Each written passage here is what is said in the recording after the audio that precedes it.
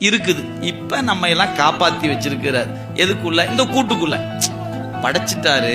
இந்த கூட்டுக்குள்ள நம்மள இப்ப காப்பாத்தி வச்சிருக்கிறார். இது ஒரு நாள் இந்த இடத்த விட்டு கிளம்ப போகுது, சத்தியமா போக போகுது. அது சந்தேகம் யாருக்குமே இல்லை. யாராவது போகாம இருக்க போறோமா என்ன? நிச்சயமா போயிடுவோம். சரி, அதை ஏங்க இந்த சாமி செய்யணும்?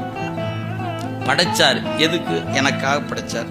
இப்ப என்னை காப்பாத்திட்டு இருக்கிறார், எனக்காக. சரி, என்னை ஒரு நாள் இந்த உடம்பு விட்டு பிரிக்கிறார். ஏன் பிரிக்கணும்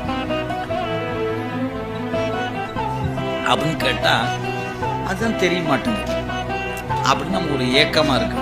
உண்மையிலேயே இந்த மாயை என்கிற பொருளை படைத்து அதை காத்து ஒரு நாள் நம்மகிட்ட இருந்து பிரிக்கிறான். அந்த பிரிப்பதுக்கு அழிப்பதுன்னு பேர்.